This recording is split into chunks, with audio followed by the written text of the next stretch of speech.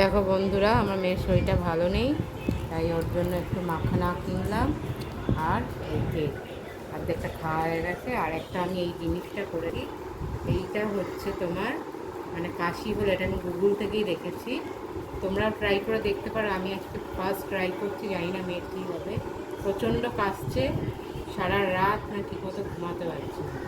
ওই জন্য একটা মধু আর এলাচ গরম জলে ফুটিয়ে চায়ের মতো করে ওকে ছেঁকে দিয়েছি। দেখি রেজাল্টটা কী আসে, তারপর তোমাদেরকে জানাবো এটা। আর আমি বিকেলে এখন টিফিন করছি। এটা আলুর বোম আর হচ্ছে পেঁয়াজি আর মুড়ি। আর এখানে আছে তোমার লিকার চা, এলাচ দিয়ে, আর দুটো বিস্কুট নিয়েছি। এই হচ্ছে আমার এখন সন্ধেবেলার টিফিন।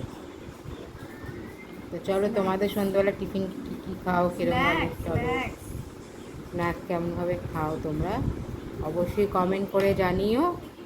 তো চলো, এখানেই রাখছি। চ্যানেলটা ভালো লাগলে অবশ্যই তোমরা লাইক, শেয়ার, সাবস্ক্রাইব করে দিও। টাটা। দেখো বন্ধুরা, আমার ঠাকুরঘর রং করেছে, দেখছো তোমরা? তো যাই হোক, এখানে খুব বাজে অবস্থায় হয়ে আছে, সবে তো রং করে গেল। এই দেখো, নতুন বেসিন লাগিয়েছি ঠাকুরের জন্য, আর পুরো ব্লু কালার করেছে। এই দেখো, আবার গ্রিলও রং হবে কিছুদিন পরে, সেটাও তোমাদের সাথে আমি শেয়ার করব। তো এখন খুব বাজে অবস্থা আছে, রং করেছে তো ঠাকুরগুলো, ওই জন্য ঢাকা, এগুলো সব আমার ঠিক করতে হবে এখন। ঠাকুর যা চেয়েছিল তার জন্যই সে হয়েছে এটা।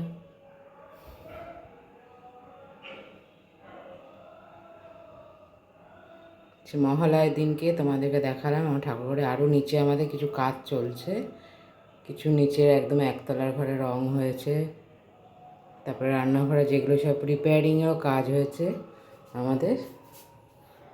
তো চলো, এখানেই রাখছি ভিডিওটা, পরে আবার তোমাদের সাথে অন্য কিছু শেয়ার করব। তো চ্যানেলটা ভালো লাগলে অবশ্যই লাইক, সাবস্ক্রাইব, শেয়ার করে দিও।